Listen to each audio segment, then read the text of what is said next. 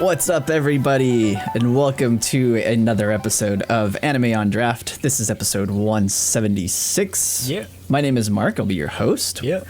Hello to the other gents, Rolando, Alec, and Drew. Yep. All your folks. Hi. Yo. It's Yo. week 2 of our new Orashiri season. We are watching Kimi ni Todoke. We're going to be watching or discussing episodes 3 and 4. We got some Imperial Stouts on the menu, just kind of a random assortment of them. Also, Alec, I don't remember what you said you were drinking. You were also eating Cheez-Its. There's a golden ale. A golden ale. That is a little different than a stout, so That's all I got. we'll ask you about that.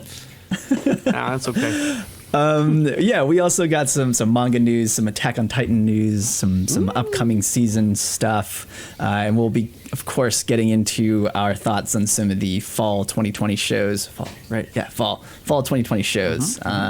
You know, what we're still watching and what we're actually attentively watching and really into. So we'll get into that. Like Elena is one that I kind of want to talk about. So yeah, we'll get into that. I didn't say the names of the beers because Rolando's, I had to pull it up. It's very long. You are drinking the Mother Earth Brew Co. 4 Seasons Barrel Aged Imperial Salted Caramel Oatmeal Stout. Yes. Jesus, that is. And if you don't believe it, actually says all of that on the can. It's too many words. It's like a whole paragraph. Way too many words. It's their dissertation to the Quite a barrel name. aged oatmeal stout. What an ode to the Imperial Stouts. I am drinking the Blaker Brewing Drunchies Imperial Bedtime Stout. I'm excited for this one. Gonna give you the very different. Drunchies. Are you ready for bed? I'm going to be both, actually. This is called #Bolt Up. #Bolt Up. That's the San Diego. golden Is that ale. what you said? Is the Chargers? It's not San Diego, Chargers. The it's Chargers are no Made in longer in LA. San Diego, Right, excuse me. Yeah, they're gone. I They're gone. forgot about that. and they also cannot win. So They lived there's, like they Doesn't moved, matter like, where down they the are. street from where I lived. They're So not gonna I win. probably should have known that.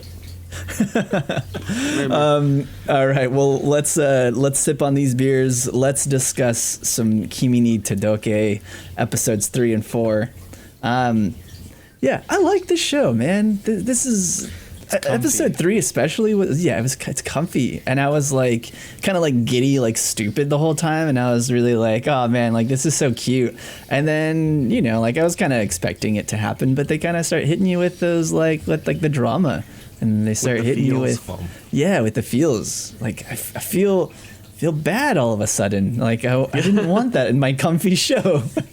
Yeah, they have to though. Yeah. I'm gonna be honest. In episode 3, the super fluffy, comfy feeling was getting on my nerves a little bit because it was like, okay, like are you like trying to kill people right now with like diabetes? So like it Right. it got on my nerves a little bit, but then they started adding the conflict, and this is kind of like, I'm like, okay, yeah, like they're gonna test the friendships, and like, do these people really like see Sawako as like how they want to believe she is, and is she able to kind of overcome like these huge misunderstandings, because she doesn't get it, and like we know why, like she's a very reclusive girl, and then the other people don't get it because obviously they're only hearing snippets of conversations, so like they don't know. But although like they didn't even let her finish her goddamn sentence, so like that's their own fault. That annoyed me. Both times. Yeah. Like, let her say her whole thing. But I like, You got to create it's conflict gonna some happen. way. Yeah. And that's like how these shows are, right? It's like these misunderstandings, like more often than not, would not happen in real life, but we got to create some conflict some way. And that's, you know, kind of the route that they decide to do it. So, I mean, I feel like at times the show is sort of like hinging on the convenience of conflict. Like you're kind of getting all these, like, you know, they just happen to catch a snippet of her conversation when she's talking to somebody else, and then, you know, they just don't let her finish, or Kazuhaya, like, you know, just happens to get pulled aside whenever he's trying to talk to her. You know, something always kind of comes up. Didn't exactly like bug me as much as it does in other shows. I think mainly because I, you know, like the character so much, and B, I was kind of just like, all right, well, like this is just You know, about to happen. you It's just gonna happen. feel like they're gonna understand and like gonna get through it, and so that's why Eventually. for me that's why it doesn't bother me, because I'm like, I know they're gonna get it. Like they know. It would have bothered me if they immediately thought that she was the one spreading the rumors. That's where it would have bothered me. Yeah. I think that was the thing. I'm not sure, like Alec and Drew, like what you guys felt about how they sort of wrapped up the end of episode 3 into episode 4. Like, were you guys satisfied that the friends were so on board, or were you guys kind of like, all right, well, that was easy? I was satisfied by it because that's what I wanted to happen. I wanted them to be like, no, there's no way that she would be starting these rumors. She's too nice. And then they had that whole scene where they talked to her or whatever. It was satisfying to me. I think the thing I like about these 2 episodes specifically is what Rolando kind of said, where we actually get a little bit of conflict, because I was starting to feel kind of like how you were feeling, Rolando. It's like they can't just keep doing this for like weeks on end. And so while it is cute and I like how they draw the characters in like the chibi form and stuff like that, it's just like, all right, come on, let's actually get to some substance. So I don't know, in terms of the transition between 3 and 4, I felt like that was kind of like the only way that it could go. The thing that kind of, and this is just me, I don't expect you guys to feel this way. I whenever I see these shows and they create this conflict, and I always have this thought in my head, it's just like, no, stop, like just resolve it, because it's like super anxiety driven for me. It, like especially I don't know how to describe it. It's like awkward, right? The pin teacher pulls the 2 girls away right at the absolute worst time, and that like hurts me, and because like it's hard, right? Because like everything's gonna work out, but it's like so anxiety inducing, because it's just like this whole thing like didn't even need to happen. They could have just been friends like the whole time. But at the same time, like what I said before, you need the conflict. So I don't know, it hurts me just like watching it, because I don't like that anxiety, but at the same time they have to do it. I don't like I don't know. I agree with you. I don't like. Yeah. I don't like It's it. very uncomfortable. I don't like it. I don't. There's the last thing I'll say. I don't like it too, because a lot of times they drag it out longer than it needs to be, and so I'm hoping. You even wrote this comment, Rolando. It's like, wow, episode 4 ended at like the worst spot. I'm hoping that it doesn't drag on like much longer, because if they just keep like misunderstanding after misunderstanding after misunderstanding, then it gets like a little bit too much. I hope they resolve it next episode. I think they will. I think that's the direction they're going, but I think it's gonna end next episode. Yeah, I hope so. you can't just. There can only be so many situations where they get like drawn away, or they like act stupid before Or it they just cut is somebody like, all right, come on. I 100% think that in the next episode it's going to be Kazuhaya again. That's going to be the catalyst for everything. But I also think that Sawako herself is going to play a large role in it. So it's like right now she's becoming like a recluse again, and thinking, well, me being around these people is hurting them, so like it's not a good thing. And then we already know Kazuhaya is like going like, what the fuck like is going on? And so he's probably gonna like pull her back out, and then she's gonna fix the situation on her own with the 2 friends. And that's just how I see it. And that's the development the character needs, right? Like she talks about like wanting to like help herself and help her classmates. That to me at least is the only direction that it can kind of go. She can't have somebody like Kazuhaya is a good catalyst, and he pushes her, and you see that in the first couple episodes. But now she has to kind of learn to do it herself. Because that would be good growth. That would, because it's frustrating seeing her like sort of regress into the like back into her shell, and she's sort of blaming herself on things, on the way that like other people are feeling upset, and she's sort of taking this sort of as a like it's like a personal problem to her that, you know, she feels responsible for, but yet she doesn't feel like she knows how to fix it because she doesn't, like, you know, that's a part of like that growth that she needs to kind of come to learn, is that, you know, in order to try to change things around you, you need to actually, you know, act, and you need to make those kind of changes or talk to people and express yourself properly, which is, you know, how I feel that she lacked in like episode 3, which is, or sorry, in the, like the 4th episode, which is like, it's frustrating, you know, it's frustrating seeing that, because you're seeing like such growth in her in the first couple of episodes, and then you see her like not be able to express herself properly, and you're like, oh, you're so close. Ironically, she's always reading so the far. room, but at the same time, she can't really read the atmosphere directly around her and in relation to herself. So that's where this conflict is coming from. So she's always like trying to do this thing that's like, oh, well, everyone's going to be like burdened by this. And so she takes it on herself and like does what she knows. And that's kind of the frustrating thing about it.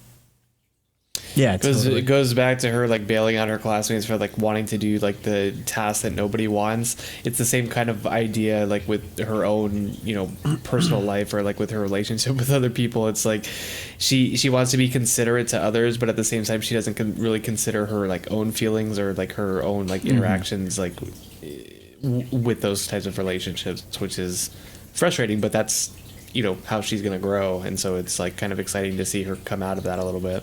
Yeah, definitely.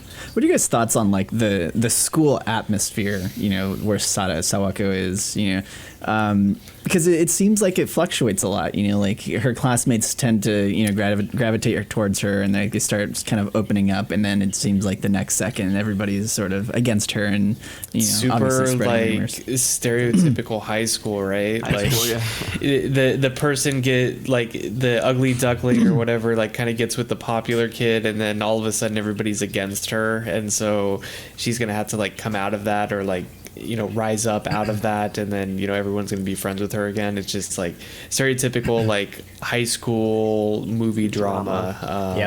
Teen drama. Nobody in high school likes an underdog teen because drama. everyone thinks they're the underdog. So if somebody else is winning, it's, well, they can't win. Or Well, in the same aspect, it's usually the people that already have the sort of status and popularity that are the ones inducing this kind of. That's what I was gonna. That's what I was gonna ask you. It's like who do you think is like the source of all the rumors? Like my idea is like, you know, the beautiful girl who 100%. you know is like what's his name's ex or some shit. Kazuhawa. I don't know. X. She's been following him since middle school, is what they have been saying. Yep. But Yeah. it was kind of obvious when they showed her at the end of episode 2, and just like, staring. This girl's gonna cause problems. Like She's gonna stir up some shit. Yeah, she's gonna stir shit up. She's gonna be like, he's mine. It's gonna be some crap about how he's been hers forever and he just doesn't know it. She's a crazy. We deserve to be together because we're like the beautiful, popular kids. and I've known him since he's my neighbor. I don't know, some crap. My question for you guys is like, do you like? I mean, I think it's kind of like a given. Like we kind of know we know it's her, but do you guys think that like her character deserved to be like redeemed? Like, do you think she will be redeemed in the future? Like the popular beautiful girl. I mean, like we haven't really gotten to know her at all, but like. I'm already kind of in line of saying that like she's probably gonna come around at some point. She'll end up being friends with Sawako. I mean, she's not the type of person to like hold a grudge. Yeah. At least it seems like, even though they're like kind of making fun of it. No, it's the ring, not the grudge. Not the But I was gonna make a joke. It was almost there. You're almost there. So close. Saw where you're going, but It almost went full circle. It's the correct era of Like a ring. of Japanese horror Right. films. But she's not the one to kind of like hold a grudge, and like even if she found out that she was like spreading all these rumors against her, she would like in her mind like, I understand like why you did it, which is like maybe not the response that we want, but the response that she will probably give, which is, you know, stand up for yourself. But you know, that's what's gonna end up happening. At least I think that's what's gonna end up happening. I think she herself, part of the reason why I think Sawako's going to be the one that fixes everything is that she herself is going to see like what everyone else is seeing in Sawako. And then she's going to be like, oh, like, why am I doing this kind of thing to her.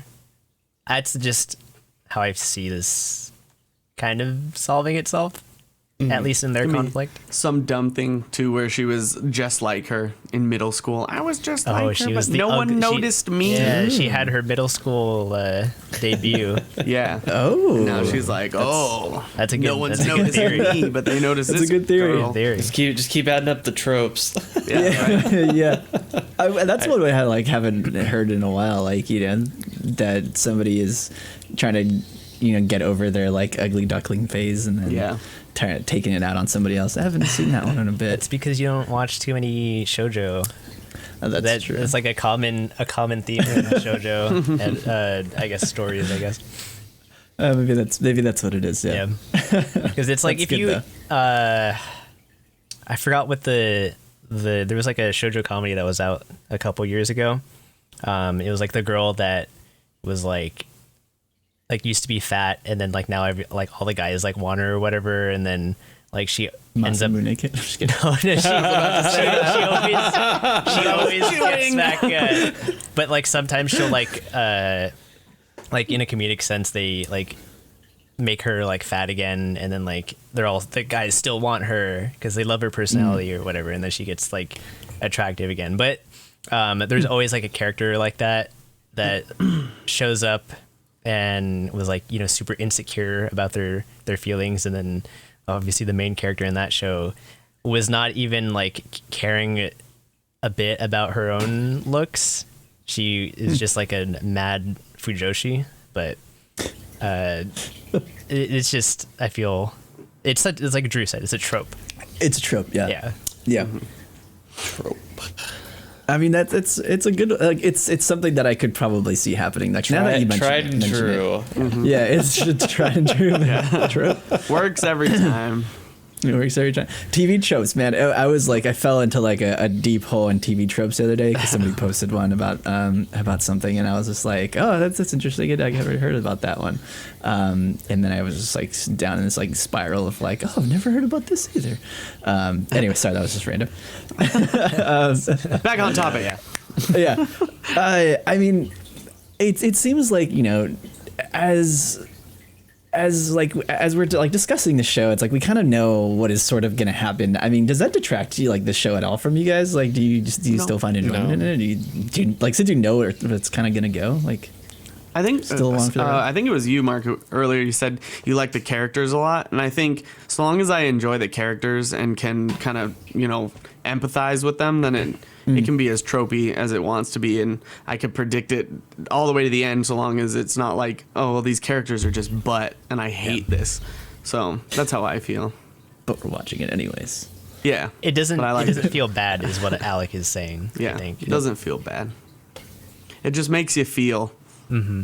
It was all like, oh, wow, this is so nice. And I was like, this hurts my heart. This poor girl has no idea what's going on, but she's learning. Ironically, I kind of think it's kind of what we were discussing the other day, Mark, where you were talking about how you enjoy Rabbit Cafe so much, despite it being a slice of life.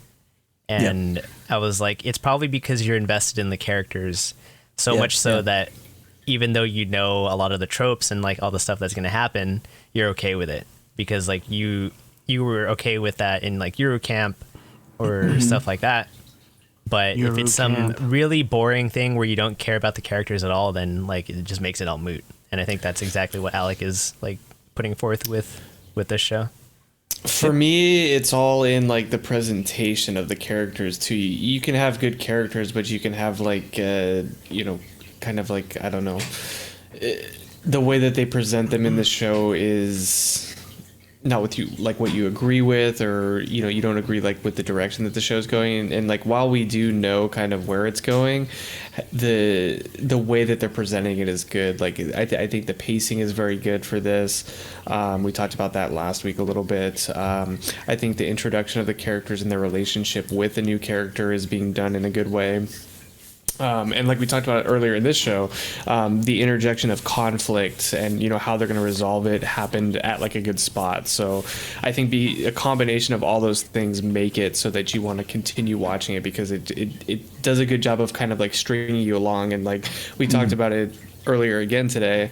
Right where episode 4 ends, it's like, man, that ended in like the worst spot. Let's like resolve this and go on to the next thing. Let's figure out what's going to happen next. Another show that this kind of reminds me of, it's less romance, but it's more in terms of like good pacing and like presenting the characters well, is Hyoka.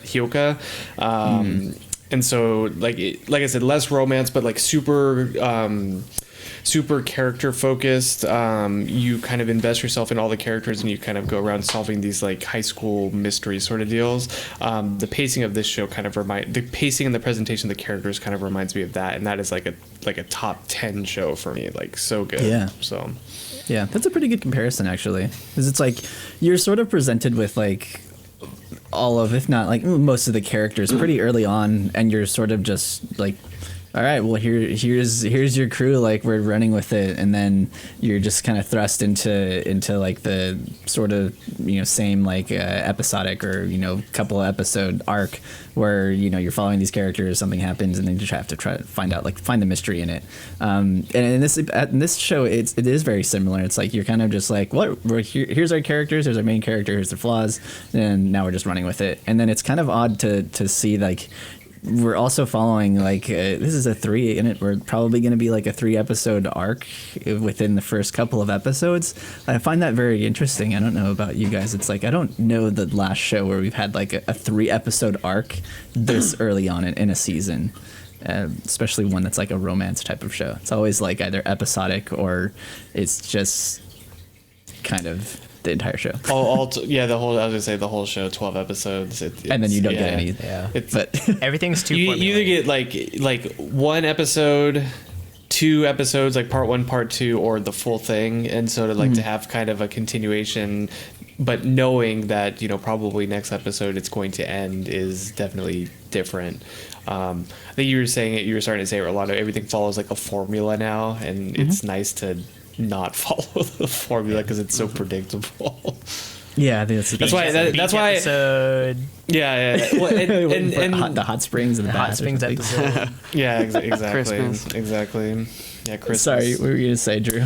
Oh no, I was gonna mention like those like super tropey episodes, like that. So. Yep. I was glad that there was a test of courage. I haven't seen one of those in a while personally, like an episode about like a test of courage. It wasn't typical, but I don't know why I always find those fun, just because they're kind of like when you're a kid and you're walking through like the woods and you're like, oh, it's so scary, but really the only thing that'll get you is maybe like a bear, if there's a bear there, which is scary, but like, I don't know. Then you need to watch more shows with romance in it. That is number one. How they get them together, because everybody rigs the system together. I just haven't seen one in like a while. That's just like Quince. every. What was the last like one? Quince, I think though. it might have been Quince. Quince had one because he was like Quince 1 or like 2. Nino liked him or whatever, because it was like he had the gold hair, the wig on. Yeah. Right. Exactly her type. Or unless like something goes completely wrong. Didn't and it's Arrow like Manga My Sensei Hero. Uh, have one? Probably. That's what I mean, though. It's been a while. Yeah. So I liked it, but Yeah. You know what we don't get enough trope. of nowadays is like the 7 mysteries of the school. I don't remember like the last show that I've seen. Hyoka. Like, Hyoka is a good one, yeah. There it is again. I feel like the example show, though. you were talking about, Mark, where it's like you get your whole crew and then it's like you just run with it. Akudama Drive is like a current example of that, but a failure. But not doing it as well. But not right. Like, here's all your characters, run with it, and then it's not good. Yeah, to go back with your comment on the 7 mysteries, we got Jujutsu Kaisen, dude. 7 mysteries. Yeah, like the whole occult club was like, Oh yeah, exploring the that's right. mysteries in his school. You're right. That's where I was like, just trying to think of one where like they were fighting the demons or something. Yeah, that was like a couple weeks ago. Like Naruto. I was there. It's already out of your head at that point. I actually had to look, and this is a 11% beer. I didn't realize that. Yeah, So same with Yeah, this I mean, Yeah. Imperial Stout. yeah. Makes sense. Yeah, makes sense. My memory's already fading fast. 4.8. Good old session beer. Nice. Nice and light. Nice and light. All right. I don't know. Anything else that you guys wanted to talk about Kimi Todoke this week? Anything you want to bring up, talk about, discuss for the future? No, I want to watch the next episode. Yeah, me too. I think I might want to watch binge it after this. There's You're not a lot right. of shows recently I've just wanted to, and this is one of them. So Higurashi. I wish there were more. Well, Yeah. there are more. Technically but are more, but I wish there were more of this season. Don't do it. Don't do it. Do you know how hard it's been to like not look at like comments either, or look at the discussions or something? yeah, stay It's away. like- you know someone's Yeah. gonna be a dick and spoil shit. Yeah, I'm not. I'm staying totally. far away from it. Yeah, totally. All right. Well, I guess that wraps up our Kimi ni Todoke. That wraps up Orashiri. So we'll be discussing episodes, 5 and 6 next week. So make sure you watch those episodes. Join us in our discussions. If you want to talk about them on our Discord, feel free to. And we'll be talking about it up on there as well. All right. Well, that does it. Let's move on to our beers for the week. Rolando, you're up first. You're drinking the Mother Earth Four Seasons Barrel Aged. That's all Yeah. I'm gonna say. what's the rest of it? I don't remember the name. It is the barrel aged Four Seasons Imperial Salted Caramel Oatmeal Stout. It is an delicious. 11.2% ABV. That does sound really good, though. beverage. It Love me some salted smells caramel. very Yeah. syrupy. A little So bit of maybe that your, soy sauce Fear is correct flavor. about it being chips instead of. Well, Yeah, I'm curious. yeah, it does But I have. didn't know it was a bit- barrel aged when you first said it. It does have a bit of the coconut flavor. So, like the soy sauce smell mixed with like the kind of coconutty flavor that it's giving off makes me believe that they used like barrel wood chips in the batch. But I mean, I get it. This is like a very cheap and like quick way to get the barrel age in these beers. So like, yeah, they probably want to get something out. And Mark, I think you said you've had this before. No, I haven't had that one. Oh. I was talking about the Cali Creamin' one. Okay, but like, it's not bad by any means. Just because it does seem to be that quicker barrel age finish for the beer. They actually kind of mask it pretty well with the sweetness and like the caramel flavor, because like it's very sweet smelling. It smells like just straight syrup. Let's talk about like the artificial flavor with like these types of beers. Is it like super artificially, or is it like done and balanced well? I think it's balanced fairly well. It is a little bit like that McKellar breakfast stout, like the Oh, the one. yeah, Yeah. the one that just tastes straight like maple syrup, but it's not on that extreme. I can actually taste the malt. That was so hard to drink. Just thinking back at that. I can taste the roasted Leonard's malt like, in this, and Please have some. this is just not even remotely close to being that sweet. But it That's does good. have a little bit of that coconut finish, which is leading me to believe that is the like the quicker barrel age finish. But it's kind of nice. I would definitely classify this as a dessert beer. Obviously, you're having one of these. It's an imperial, and it's not like, I'm not a big fan of things that are too sweet, and it's not off-putting to me. But at the same time, it does have something that slightly reminds me of that garage marshmallow stout. Oh no! And I think Don't say that. I think it has to do with artificial flavoring and sweetness. So I don't think that they used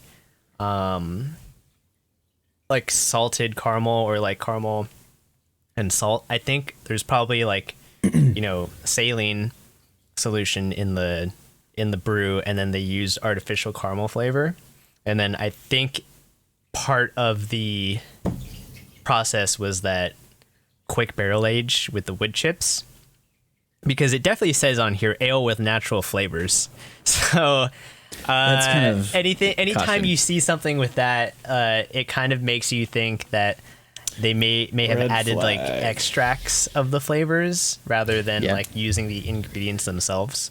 So like while technically they are the natural flavors, it's technically just the compounds that like the chemical compounds that create that flavor that like are added, whether it's an extract or You know what I think the problem is like with a lot of these breweries is like they're so hard pressed to like come up with new flavors and to like evolve their different flavors and things like that they take these shortcuts, whereas I would like this to be like a more planned out thing, and maybe we get less beers or different varieties of beers but better overall quality of beer. Because there's nothing worse than a super artificially flavored stout. Like that is like one of the. I would rather drink like a saison and taste the barnyard than have this super syrupy, icky, artificial flavor. Let's throw some wood chips and call it barrel aged stout. I feel like that is the worst, and like I get like upset about it because it's like. Yeah. Stop doing that. Like don't do that. Just make Yeah. good beer, and think about what you're doing instead of trying to change and create a new beer every month. Yeah, I think it's a valid point though, like because when you get that, like especially if it's barrel aged, you're kind of expecting like there was a lot of planning, thought, and like love and care that went into this beer. It's like you're getting something that took time to make, but then when you get something that tastes like it's artificial, you're like you feel cheated. Here's the thing. Here's the thing, right? Like you have like Mother Earth doing this, and then you go and you compare them to like Firestone and their barrel like operation. And I went into that room, and just like the smell that gives off, and just like the care and time that they take to like barrel age these things, that's what you want. And then you're at this level that's like major league level, and then you have something like this that is like dropping like even off camera, you can't see it because it's like they've cheapened that process so much, but they're both barrel aged.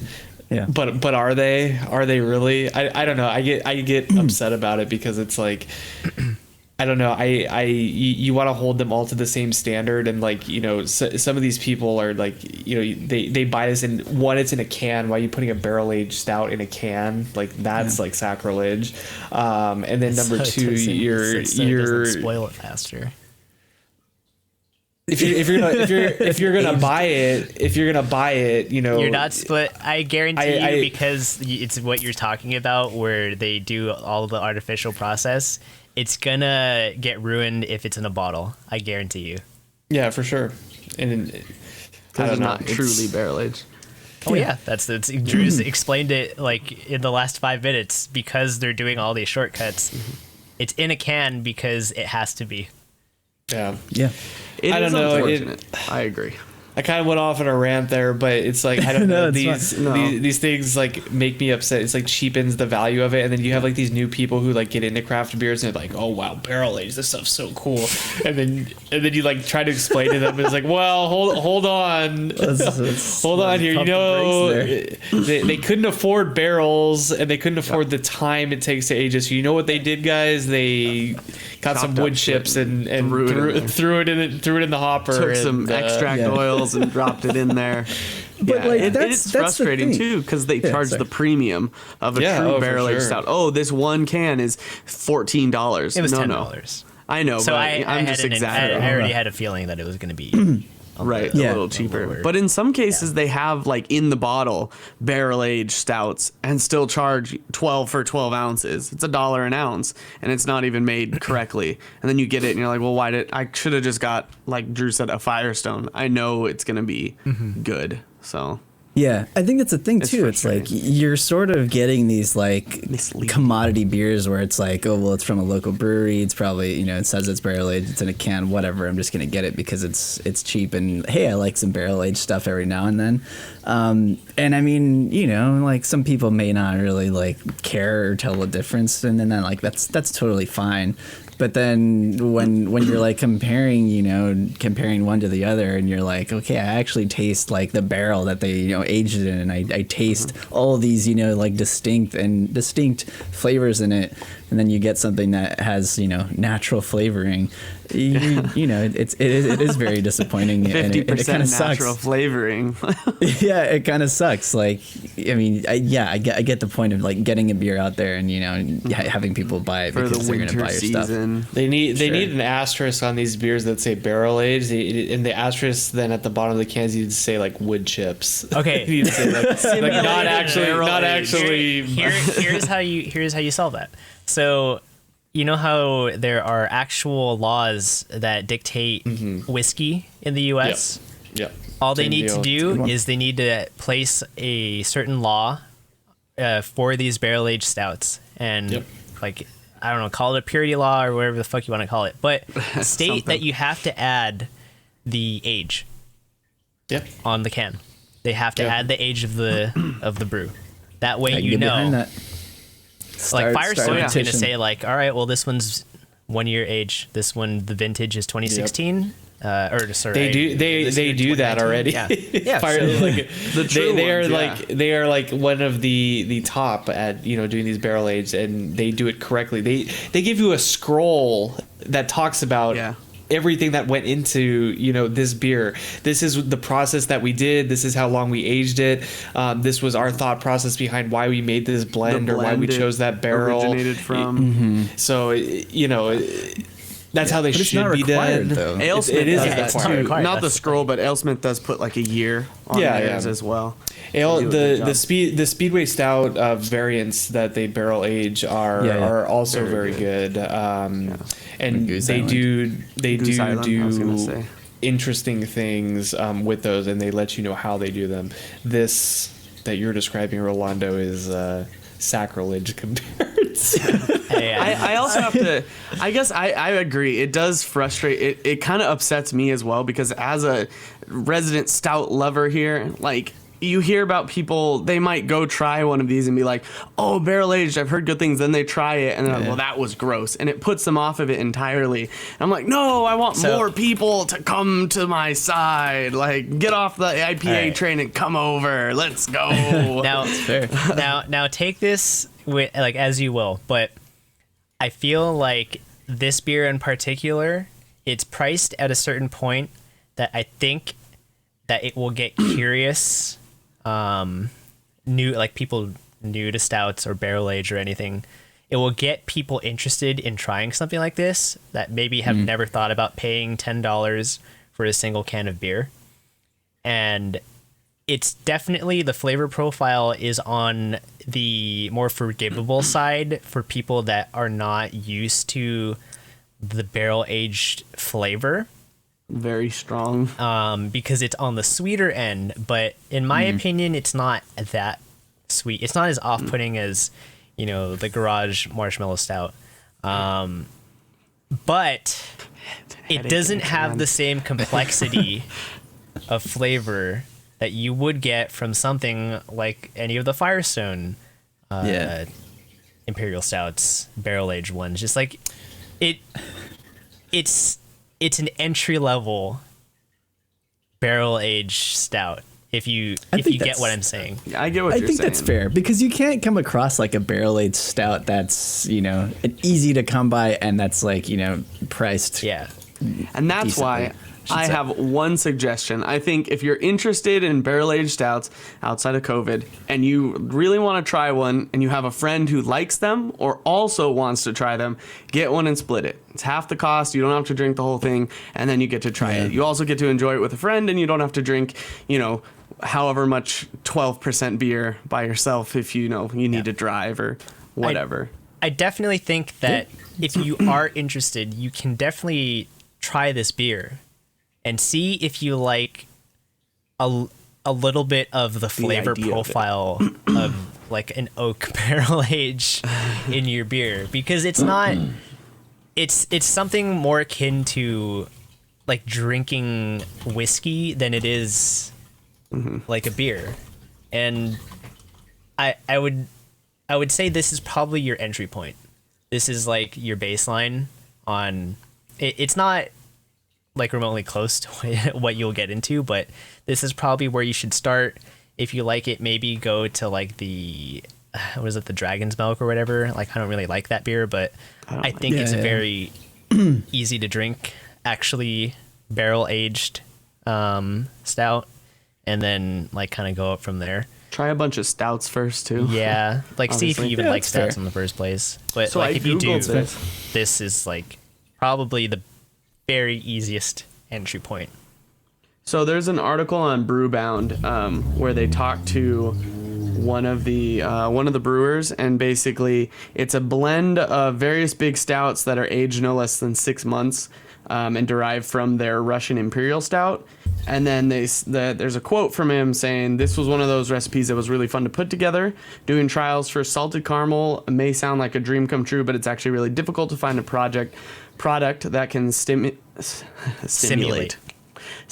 those flavors without dumping 100 pounds of Halloween candy into the brew. Yeah. The take home is that scalability is often the limiting factor when using adjuncts, but in this case, I think we knocked it out of the park." So kind of talking about the difficulty of making this specific one. I can understand. Which might be why it tastes the way it does.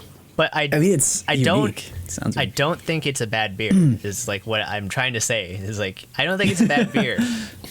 And I get like how you guys may be off put by the fact that it just feels that way. Where you got to give like the age and there's no age statements for it. It's a blend, and you found out it's a blend.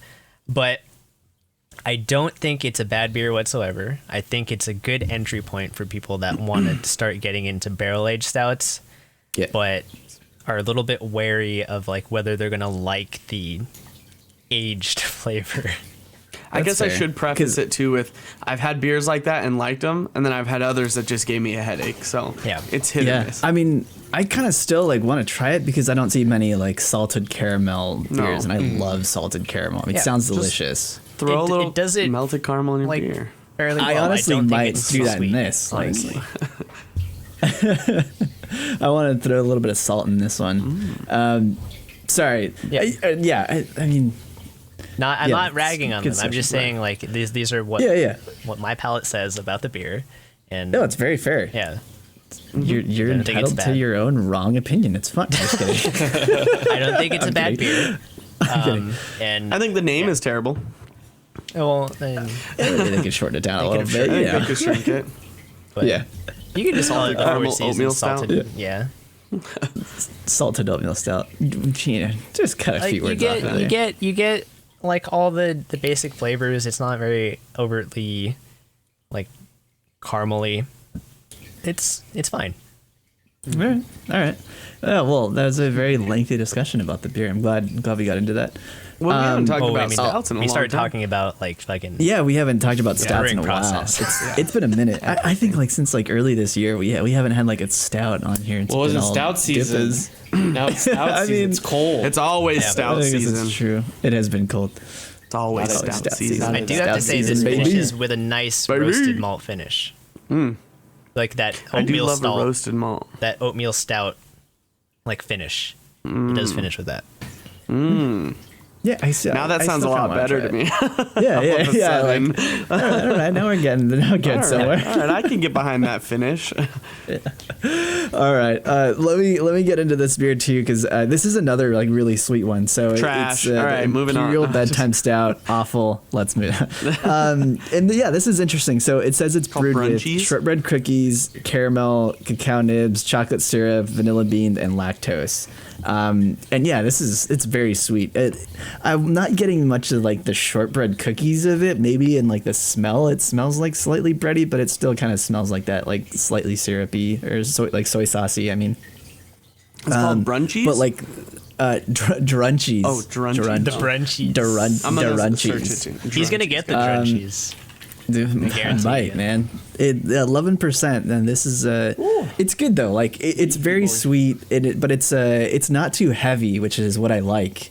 I'm not getting like a whole lot of the chocolate syrup in it, which I'm very glad. Like I'm not getting that syrupy taste that you're talking about in yours. I am getting like sort of this bitter like cacao nibs. I get like on the tip of my tongue. But it's interesting. Definitely not getting the caramel, but the vanilla for sure in like the smell and the aftertaste. So this is a kind of a weird one. I actually am wondering like, it just says an imperial bedtime stout, but it has lactose. It has in lactose, it, so probably a milk stout. I am kind of curious, like if I were to put like a little bit of salt in this, like how would that change the flavor? Try it. I bet it would. Yeah. Yeah. Do you have any saline? I kind of want to do. Huh? Do you have any saline that you keep around? Usually, if you keep a solution of saline in like a dropper, you can put like one drop and see what that does to your drink. Works with cocktails too. Ooh, I did not know that. Maybe I need to step up my game. You gotta go buy salty, some get some salty water, dude. Yeah, get Some salty water. Can I Quick get like a remedy. bag of like saline from my work and then just have that on You hand? probably don't want Grab to. one. You probably don't want to do that. Just grab one. Yeah, you're not gonna do that. Yeah, I won't. I won't take anything from work. Yeah, go get a couple of flushes. That'll be fine. Yeah, I can grab a couple syringes with some saline in it. Yeah, some flushes. Get some flushes. Yeah, exactly. Just open my drawer. Sorry, back to this beer. I'm actually enjoying this. It is very sweet. I can't see myself drinking this all that often. I'll probably have these sitting in my fridge for a while. I'll have to be in like a certain mood to drink one of these because it's. Yeah, if you guys want to try one, I'll definitely share these. But it's enjoyable though. I like actually, really kind of miss drinking stouts, and it's like perfect. It's cold. This is warming me up. It's very tasty. Gives the tasty seal. So yeah, I like this actually, and I've never had anything from Blaker Brewing. Where's Blaker? Central Valley, California. That's all it says. Cool. Yeah, that's all it says. Brewing. Ceres, California. Or Sears, I don't know how you pronounce that. Ceres. Sears? Sears? I have no idea. Ceres? I don't know. Ceres? Yeah, maybe. Ceres? Ceres? It's just Ceres. outside from- Modesto. Ceres is an anime character. If you are from that part Just of outside California, Modesto, so please Yeah, enlighten apologies. us on how you pronounce the name of your town. Please help us. Ceres, the vampire policewoman. it's just south of Modesto, so Okay. if that helps you. Nice. Up there. So that's the Drunchies Imperial Bedtime Stout. Alec, you want to give us some thoughts on your what's that hashtag? Bolt up. Hashtag bolt up. Golden ale. I I would rather have a stout, to be entirely honest right now. Like, I'd much rather be drinking that. But this is what I have, so we're making the best of it. It's a golden ale, and that's what it tastes like. I'd say, so it's Golden Road Brewing. I think they did a pretty good job. It's nothing spectacular. It's nothing terrible either. It's something that if I were just sitting there on a Sunday watching TV, I wouldn't mind having a few of them and knocking them back because they're only 4.8%. They're You're gonna light. need a few of them if you're gonna watch the Chargers. Yeah, he'll need like More two than- more than a 6-packs, few. 3 6-packs.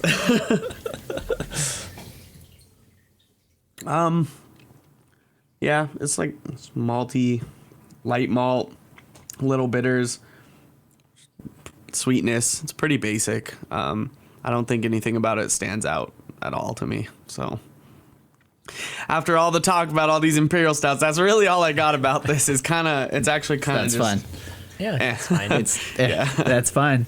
That's totally Yeah. fine. I mean, it was probably brewed as like a let's just get this Promotion. Let's just get yeah, this and slap a little football guy on it. Call Exactly. it hashtag bolt up. bolt up.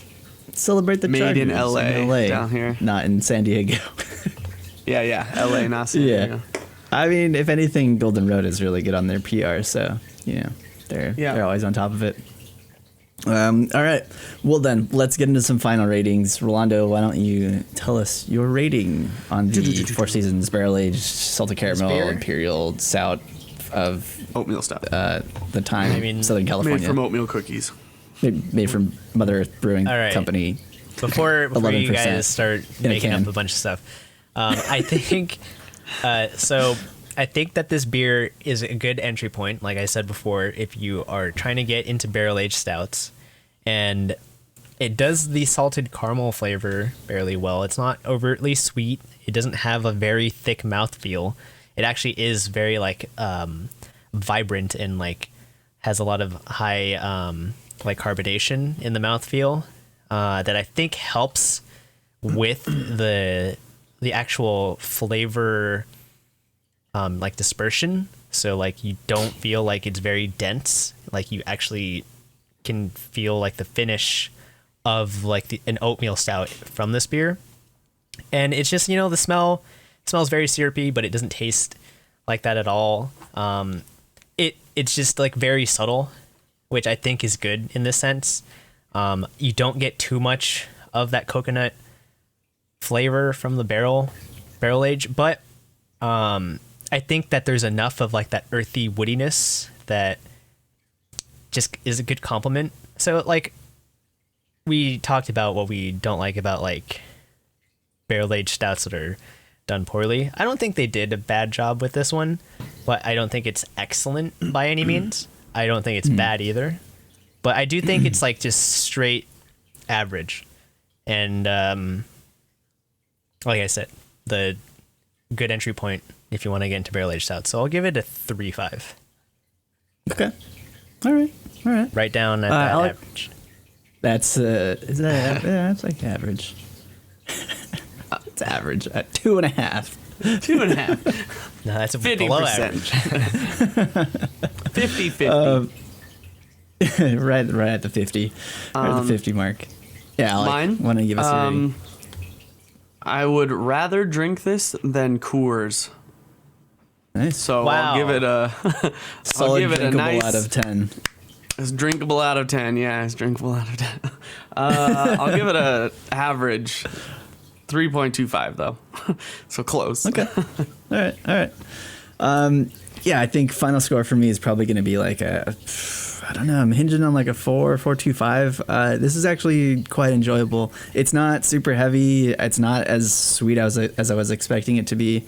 I think the alcohol percentage of it is probably just lending itself to being like that, like heavy, if that's not the right word, but just like it's a lot. Because it's like I want to sip on this and I want to like enjoy it. Palate. Yeah. And it has like a lot of flavor in it too, which is actually really nice. But I feel like that's sort of like, I don't know. I feel like it's sort of lacking in like the viscosity of it. That's a good word. It's like it doesn't feel as heavy as I want it to because I want it to be like, juicy. It's very thin. Come back to the Never juicy. heard it. But I want it to be like juicy, sorry. but I want it to be heavier. That's the thing. It's like it's actually kind of light, but like I'm getting these flavors. But I actually want it to be heavier. You want it to be like because a it peanut has butter all milk this stout stuff in from it. Belching Beaver. Yes, Do me a that's favor. there we go. Thank you. Do me a favor. Give it a little. Yeah. Give it a little swirl. How fast are these legs? It's got some like nice legs. I mean, like it gets a nice head to it, but it kind of just droops down pretty quickly. I mean, it stays up there, but it's not staying very high if you can tell. So like the head will foam up again. So it's got like a nice consistency to it, but it doesn't stay on the rim, like the edge of the glass for very long. It sort of just droops down. So This is very fast. This beer is very fast. It's very different than I talked than about yours. how quick how very carbonated and like vibrant the mouthfeel is. I think definitely if this were on a more viscous end, it would detract from this beer. So I'm wondering if they're doing a similar thing with that. Possibly. I mean, it's got a lot of sugary things in this. I mean, like caramel, chocolate syrup, vanilla bean, and cacao nut. Like, it's got a lot of sugar in it that I'm kind of just expecting it to be heavier than it is. And the fact that it's actually light is it's good, but it's also like I was sort of wanting it to be like this dessert stout. Like that's kind of what I was expecting it to be. And I mean, like I guess I can't like detract from that too much because otherwise I would just be like drinking dessert. But I don't know, it's good. Yeah. Liquid So dessert. like 4.25, I'll give it to 4.25. Like it's a pretty good beer. Like for the first one I've had from them, this is pretty solid. I gotta say. So Cool. all right. Yeah, that does it for our beer section then. That was some good discussion. Let's get into our news. Always happy when we have first stouts. Up here. Minus me. Yeah, of course. It's stout season. First up in news, Kyoani wins the Women in Animation Diversity Award for Corporate Achievement. The Women in Animation Foundation honored the studio for, quote, hiring female artists as well as their commitment to training female artists. They also displayed tremendous courage in the face of terrible tragedy, said the Vice President Kinko Goto. They just received that award last weekend. So congrats to Kyoani. I mean, they're doing great things, since the tragedy of last year. It was last year or 2 years ago? It was last year. Last year. Okay. Next up, moving on, we got a statue was built in the hometown of Hajime Isayama, the author of Attack on Titan. The statue is of Eren, Mikasa, and Armin standing in front of the local dam. And the best part is you can spawn the giant Titan with AR. I think there's like a QR code on the statue itself. And if you point it up to the dam, it shows the giant Titan. It's really cool. So head over to our Twitter if you want to see some pictures of it. It looks pretty awesome. Head over to Japan if you want to see it in real life. They won't let you in. IR. They won't. They won't let you in, but especially not from our country. But I want to touch the face in real life. You cannot. You can't. You can't. No. Yeah. Maybe if you get those new VR gloves that let you feel virtual texture. You can touch the face. I'm gonna go create a giant head and I'm gonna put it there. I think at the Attack on Titan museum that they had last year or the year before that, they had a giant the giant Titan head. I think you probably could have touched that, but I don't think burn you. At the it's hot. the British National Museum, they had a manga exhibit, and they had the giant Titan head. Although it was made out of I feel like it was paper or something like that. It's paper mache or Legos or something. Newspaper and glue. It's made out of human. It's made out of human. I don't know about that one. It's not Soylent Seems Green. like it's a frowned it is upon not in modern people. society. Yeah, I don't know if we're allowed to do that nowadays. Green is The society tends to look down upon that. All right, so more upcoming show news. Promised Neverland second season has been confirmed for an airing date of January 7th. The second season was originally scheduled to air in October, but due to COVID, production schedules were pushed back to January. Anime never stops. Yeah, there's a short preview for that as well on YouTube, so you can go check that out. And the Beastars second season also released a short teaser over the weekend, announcing a January 5th premiere date. We posted the YouTube video for that on our Discord, so if anyone wants to check that out, head over to our Discord. Links are on our Twitch page or our website, animeondraft.com. Cool. In manga news, Getsuyobi no Tawawa is getting a weekly serialization in Kodansha's weekly young magazine.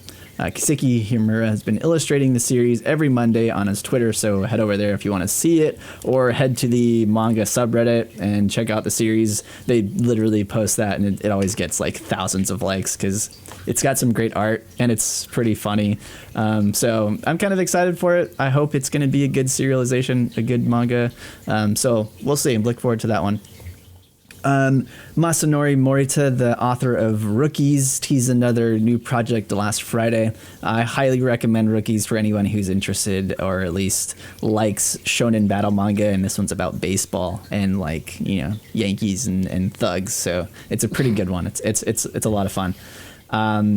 Yeah, and then last up on their news, Sega is selling their arcade division. I've seen a couple of posts about this, and I didn't have time to quite read into it, but I saw that there's a lot of things going back and forth about that they're selling. They're trying to get their employees to sell off, their vacation time or retire early. And that's why I wanted to read into it, but I don't know, Rolando, do you know more about this? I've only known what I've read from the IGN article. But basically they've sold 85% of the division. So it's not gonna, I don't know. I think it's the fact that their games division includes the arcade business. So I think possibly the remaining 15% has to do with their actual game development. I'm not positive 100%, but I can link the article in chat if anybody wants to read about it. But it's very interesting because the arcade, like the physical arcade business, was actually like really good for them in Japan because like people go to those arcades. There's like that and like Taito Game Station. So those are like the two big ones. So it's actually kind of surprising to see that COVID has done this much to that specific business because you have to go to it. You have to physically go there and be there.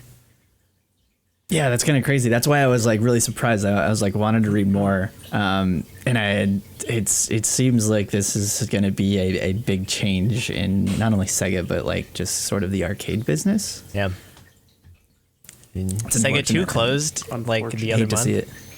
Yeah. So what's going to happen? Like it's clearly going under other like a new management essentially, but I wonder if they're going to take out the Sega branding altogether and it's just going to be. I forgot what company took over. Nintendo? No, I'm just kidding. It's not Nintendo. No, I actually don't know. I'll be curious to see what like kind of fills in there. If it's Nintendo, only 15 people will be allowed in at a time. Sorry, there's not enough room. There's not enough machines in there. 15 and younger too. Yeah. Yeah. Whoa. Yeah. Accompanied by a parent, okay? All right, that does it for our news. Let's get into our happy hour. We're talking about really quick on our 3-episode rule list. First up, we have The Day I Became a God. This was a weird episode. Man, like this show just kind of hits you with the feels all of a sudden. What's going on here? What happened to my happy-go-lucky show that was just filled with making fun of Mahjong, impending doom? Yeah, filled with Mahjong. Like I knew there was gonna be like doom and gloom coming like sometime, but I wasn't expecting a sob story like this.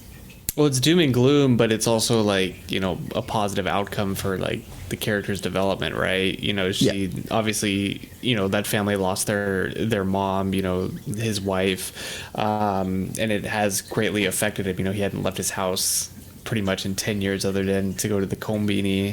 You know, she's depressed, and then all of a sudden Yota, with the help of Haru, is able to, you know, or Hina is able to you know, kind of make her day using, you know, basic understanding of technology, and you know, kind of able to get the family out of the funk. That is honestly, she is absolutely 100% correct. What you hear on the other side of the phone isn't someone's voice; it is synthesized. Your brain kind of makes the connection to like your brain wants to believe, and so it's like, you know what they sound like in real life, so you kind of associate that, but it's totally, you know, digital what they're sending over, which, you know, learning facts out there if those of you weren't aware of that. But yeah, back to the show. I don't know. It was like a kick in the feels, but it was like really good for the character. Got to get her out of that funk, right? And, you know, she's kind of like this depressing character. There's like, you know, I think it's the second episode where he plays the piano and kind of like gets her out of it a little bit because of her passion of music. But now, you know, watching the home videos and things kind of get her, you know, feeling normal again. Yeah, that was nice. And like you really feel for like Yota because he is just kind of like strung along, and you know, he's trying to play this I'm gonna say that he's trying to play this game with like, you know, he wants to fall in love and he wants to get her to like her or like him, and then you just sort of all of a sudden hit with like the feels of like, you know, tragedy and family loss and like how to deal with like grief. Yeah, I was totally not expecting that, and then, you know, the punchline comes at the end, and I was like, all right, I hate this show, but like joking. All right, so here's what I have to say about Yota. I don't know. I just don't know. Like he seems to not understand Kyoko. He doesn't understand her like at all.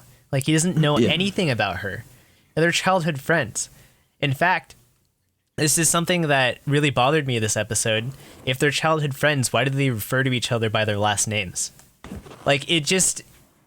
there's this distance that they have, and I have a feeling it's something that he, like, it could be, you know, like her, you know, her funk with this, but like I have a feeling he put this distance between them when he started realizing she was a girl and stuff, all that, you know, that thing that he started talking about like the other episode. And so like I think that a lot of this is just him overcomplicating things, because like even this episode, I feel like it's very easy for him to like ask her out on a date with like what everything he's set done. up Like perfectly. all he has to do is like, he doesn't have to ask her out.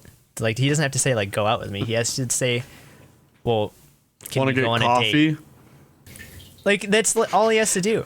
And like Easy. he just like doesn't do it. And he keeps talking about how like, this is not how like I want it to be. Like, dude, It was too easy. these things, these things, you have to like think of it. Like if you take Hina out of the equation, like this is something that like could be a happenstance that happens, you know? Like he could take advantage of this, and like I wouldn't think any less of him, because like sometimes you just have to take opportunity like when it's given to you. Yeah. And so it really bothers me that his character is this way, because to me it feels like he is his own worst enemy. He's his own hindrance. Oh, yeah. In terms of all 100%. of this. Yeah. They're supposed to be young, right? Yeah. I They're definitely like can senior year of high school. feel that, because it's that idea like, oh well, this isn't this isn't the moment. This isn't how I want it.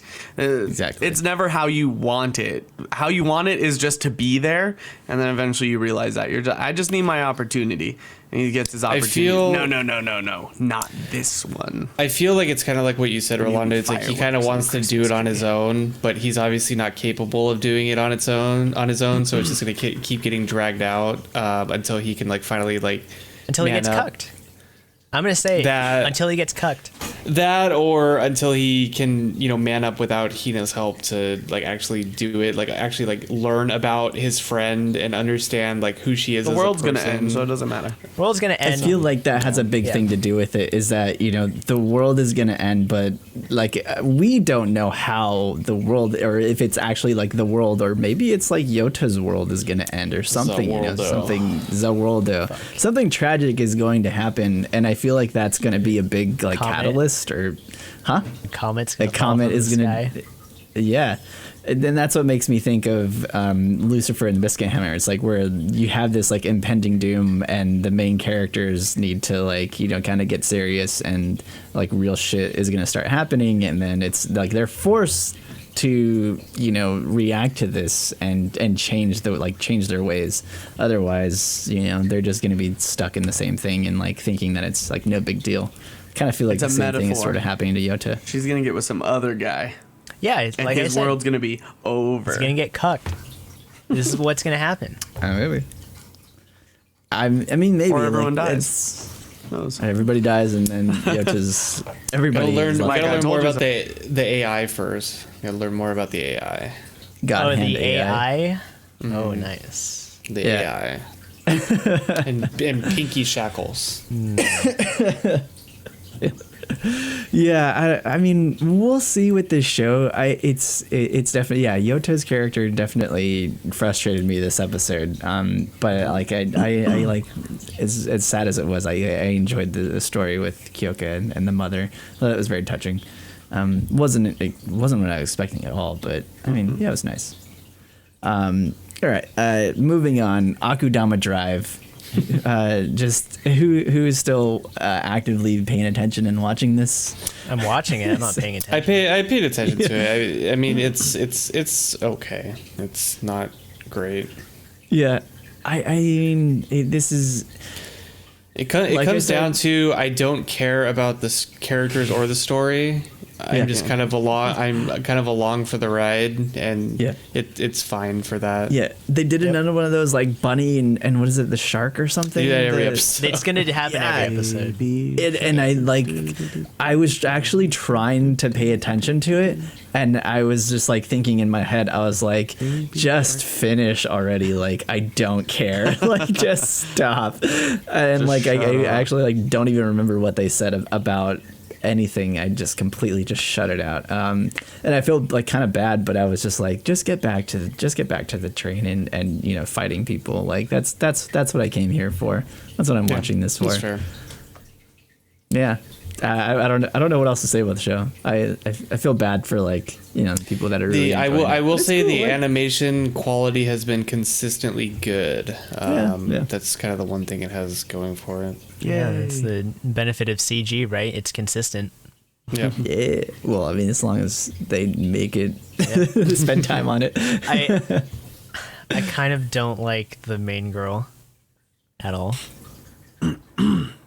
It's just my opinion. Yeah, she's kind of along for the ride too, right? Yeah. She's just kind of like thrown into it. You know, there's going to be a twist. There's always, we talked about this. There's always twists. You know, she is going to end up either being more important than she leads on to, or something's going to happen with her. You know, so I would just say wait for that. Yeah, absolutely. If it doesn't happen, then the show is like absolute garbage. Yeah, I think I'll finish it. I mean, if we want to stop bringing it up, we can. But I'll probably finish it.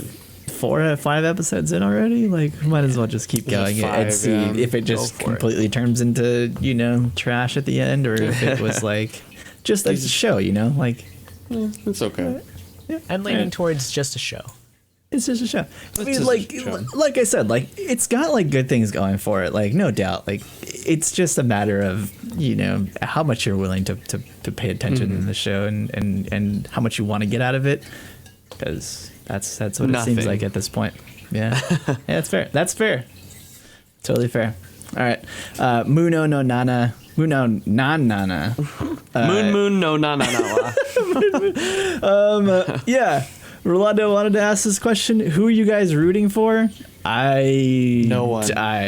I'm not rooting for any of them. I was just gonna say I'm rooting for everybody to just die on this island.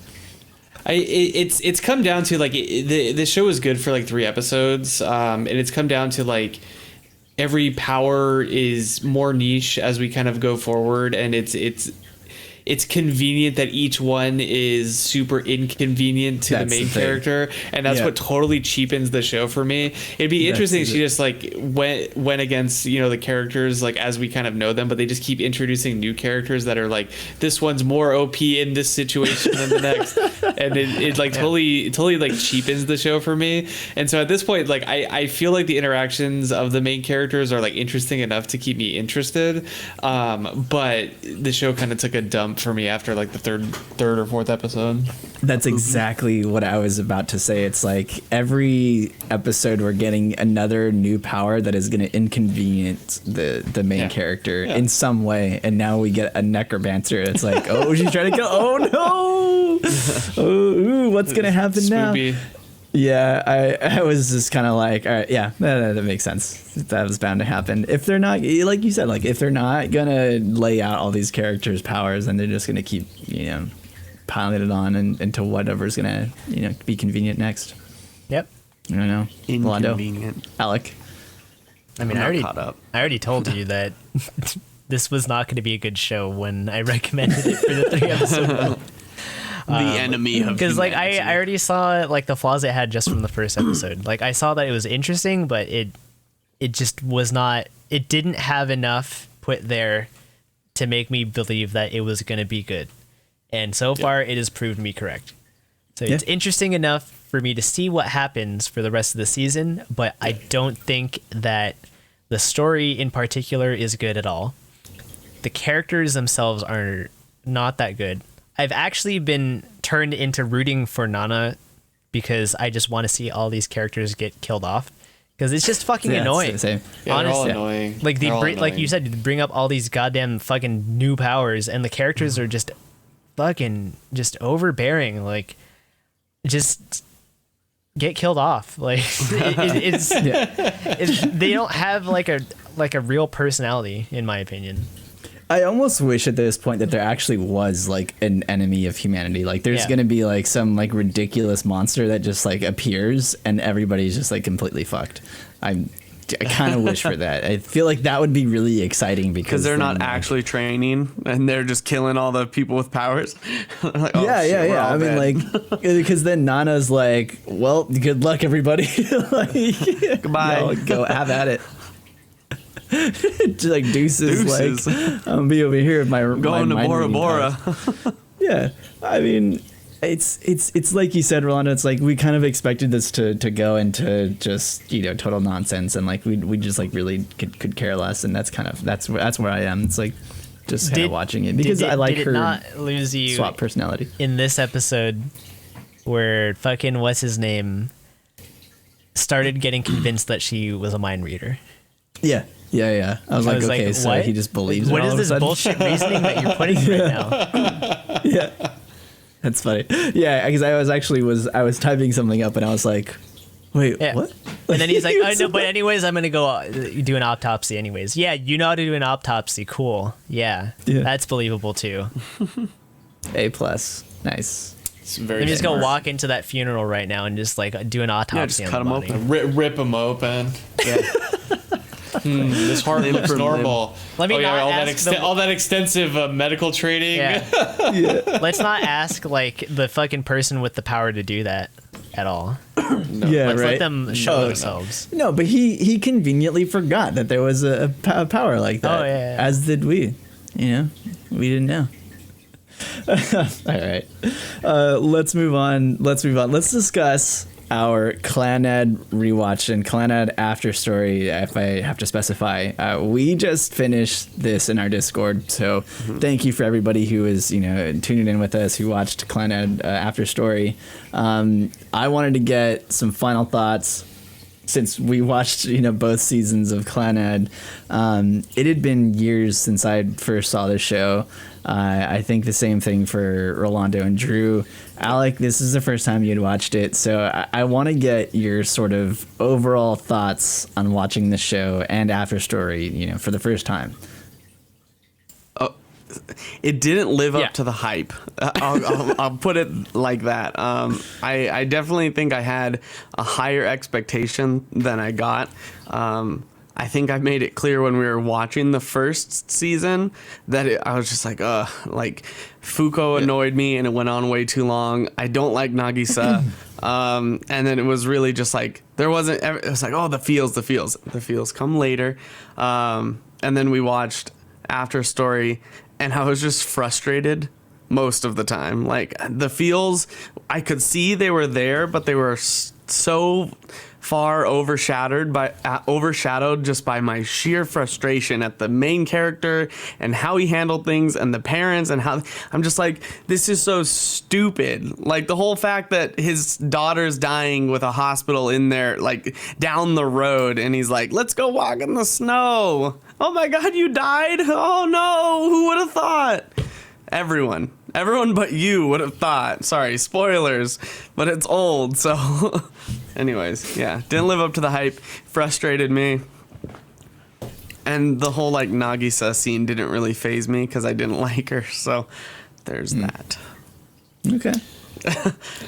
Kind of like wrote down my thoughts on it. Yeah. What, Yeah, You I said you wanted had a to lot get to your talk guys' about thoughts, too. after that final I episode. don't necessarily know if it's like a lot to talk about, but I think the main thing for me, and I don't know if Mark and Rolando, if you agree with this, it's like the nostalgia of it is more powerful than like the actual like show itself. So and I it think a too did lot not of meet it. your expectations. Well, I think a lot of it has to do with the fact that when this came out, there was not a lot like it, and it was different enough from a lot of the things that were airing that you're like, wow, I get this like really, I get these different characters, these different routes, and then the idea of this really emotional story, with the after story. Kind of arc of it, and so I think because of that and not having a lot of different shows like that, for the time this was like, wow, this is like amazing. But now we go back X number of years later. I think the last time I watched this was like in when did it come out, in 2009? Yeah. Yeah. I watched it probably, how old was I? I was like 22, so that would be like in 2012. So that's 8 years ago. And, you know, really like enjoyed it, was, you know, emotionally attached to the characters, all that stuff. But it's like watching it now, it's just like, it's not, the pacing is awful. You don't really care about the characters anymore. You get to after story and like it is emotional and touching, but it's just like it's kind of cheapened because it takes so long to get there, and the fact that they concentrate on so many of the other characters at the start that it's like it's kind of like a nag, right? It's like a chore to like get to, it's a chore that gets to get to know them when you know what's coming and you just want to kind of get into that. And so for me, that's kind of like where the show detracts. And as a first time viewer, watching it with the first time viewer, I can understand the frustrations that you were having, especially here's the problem, right? A lot of shows, and we talked about this a little bit when we were watching, a lot of shows back then had like more time and more episodes. Whereas now you have 12 episodes for the most part, maybe a second season, maybe not. And so you kind of got to get everything in. And I think as like consumers, because we're watching so many shows, you can go ahead and like make a decision if a show is going to be good or not, like from the first 3 episodes, because, you know, like they got to kind of jam everything in. If they don't hook you, you know, like you're done. Whereas back then they could take 9 episodes with Fuko and it would be fine. So no, it never would, because Fuko sucks. But no. Drew's onto something here, because this is actually how shows back then worked. If you watched any shows that had multiple heroines in it, they covered each one. And whether they won or not was irrelevant. Fuko sucks. But like they focused on these characters for multiple episodes and got their story done in a sense that worked with the main route. And that's just how it was back then. That's why I just hated Fuko. So like no matter if it was 2 episodes of Fuko or 9, the show would have been better if she didn't exist. It was 9 episodes, but no, I mean, like, even if they shrunk it to 2 instead of 9, I still just shoot myself. No.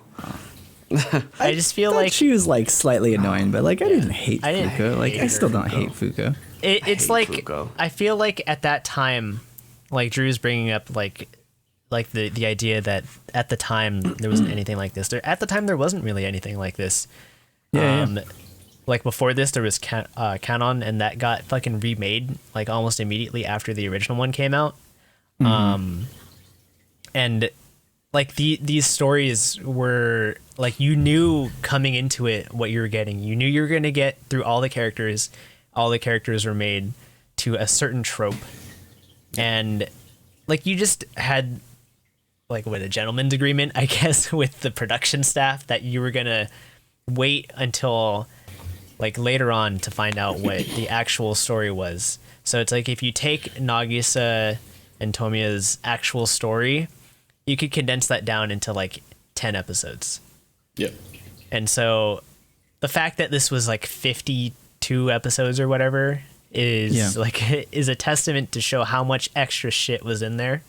And also knowing now how shows like Amagami have like kind of shown this omnibus format where like you can show a character's full arc without it being a whole season and series that like has to be one full story.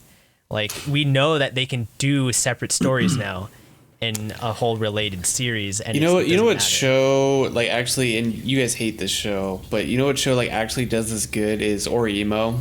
Like They take the idea of multiple routes and multiple girls and condense it into like a manageable format, and you still get the arc that you're expecting, and you know they finish it like how they do in the OVAs, but it does it in a much better. It's like a modern take on what they were trying to do with this show. They left the worst character for last, and it works just like in Clannad.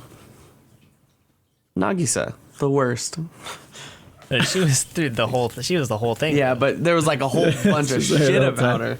I just liked everybody else besides Fuko and Nagisa. That's my. I point. think that was like the point of getting like those extra OVAs is that you get, you know, The what better would happen if characters. there were different characters. Yeah, which I appreciate too. I appreciate having that sort of. Well, and break. the thing too about Clannad and what you can do is if you know, like Ali, you hate Nagisa. If you're interested in the other characters, you can just go play the visual novel or read the visual See, novel, that's- and you can get. That's you know, also the That's, thing, yeah. that's the thing, though, because like Yeah. that was a thing back then. Like it was more of an advertisement for the actual visual Yep. novel. Yep. Nowadays, Absolutely. because we have shows that actually animate the different routes and don't care about like a whole continuous story, like I guess we're maybe a little bit spoiled by that. But if you look at the actual key visual novels, there is one main true route, and there is kind of a tie-in between playing the other routes and playing the main route that they try and do with these. And true Looking- ending. looking True back at ending, yeah. Clannad, You watching have it a the second option now. time, I don't think they did it well. They Yeah. didn't. And unfortunately, that's not a style of game that I play. So that's not gonna happen. It's fine. Unfortunately. I think the thing for me, like watching this years ago too, was that, you know, I was obviously younger. This was like, like 10 years ago that I had first watched it. This was the first show that I watched that had like actual like adult themes, like having a child and dealing with loss and grief and dealing with like Stupidity. kind of like growth and not that, but like just dealing with how to overcome those things, and those are like very like real emotions that you don't always get as like a younger viewer. And so like seeing that from an anime and seeing that from a show in this like sort of long drawn out format was like, it was very touching for me, because it's like, I've never seen this before in an animation, let alone that for me was like a first. But then seeing that again, it just doesn't elicit as strong of emotions, because it's like, one, I've seen it before, but also two, it's like this has been just like brewing, and it's like I know what's gonna happen, I know what they're gonna go through, and it's like I don't really connect with it as much anymore, because it's like I don't have that, you know, that same experience, and two, it's like I can't relate, you know, I can't relate as much as maybe I felt like I could have before. So I think to me, it's like, it's sort of this, it's absolutely like nostalgia, and it's also this just feeling of like, I don't see that being like a real life scenarios anymore. It seems like this, like, you know, fever dream of like the worst case scenarios that could ever happen in your life, and it's like, wow, I really don't want that to happen. You know what I want to? You know what I want to compare this to? The Clannad has classic WoW syndrome.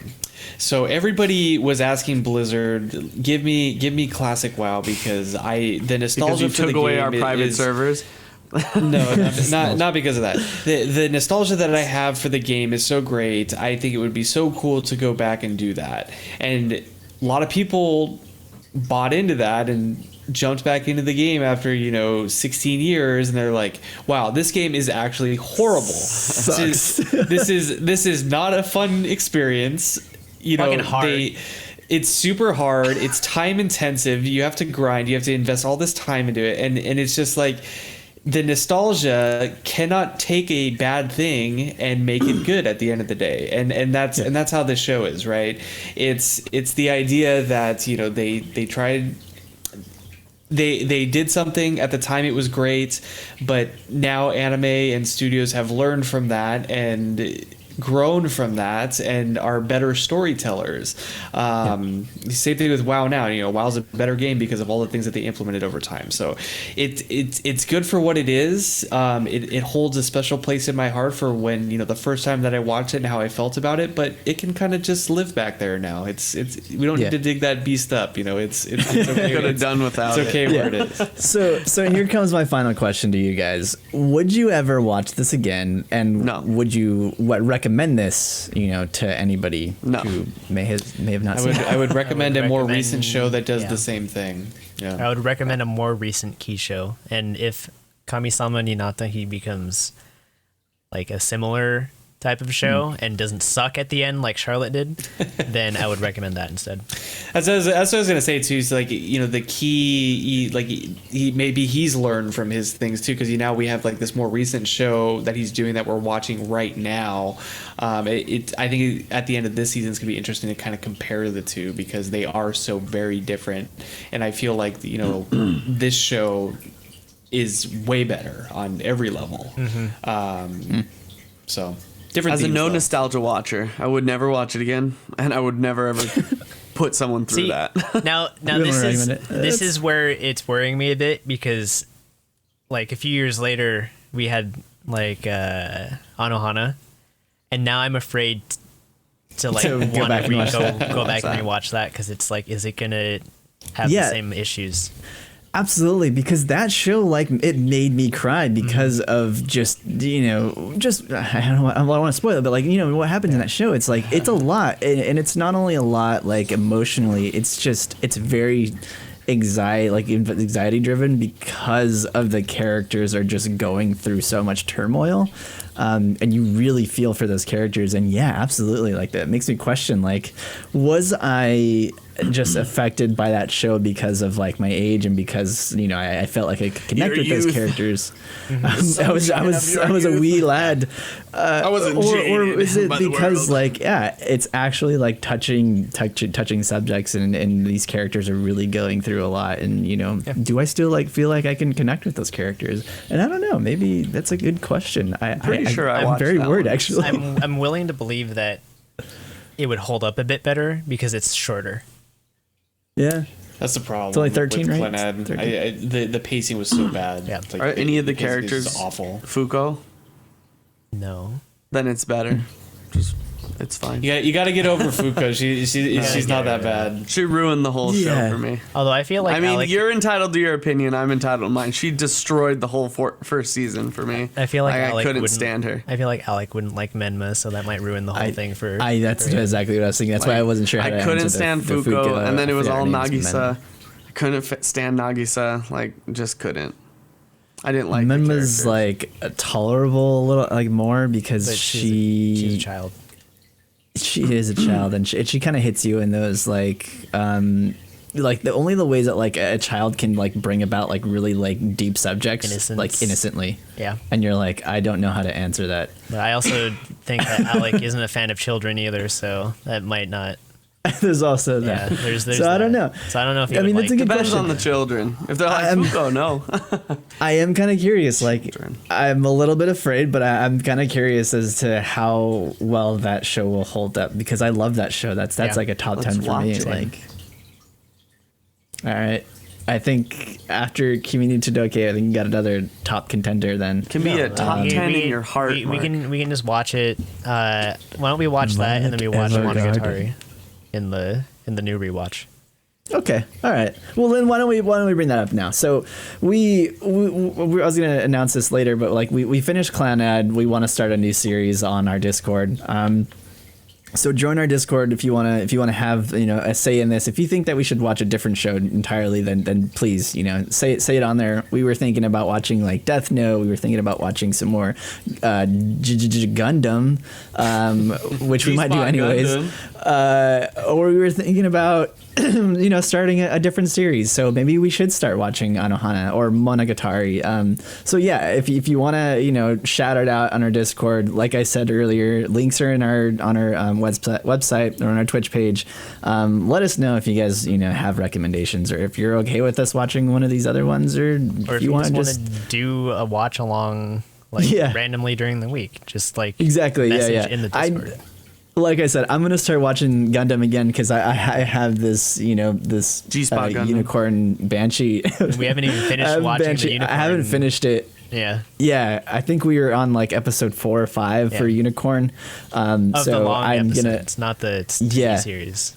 Yeah. Yes. This is the Netflix, the long episode. So I'm gonna start watching those again on the Discord. So please join us, and then you know, you can watch along with us, and we'll have these discussions again.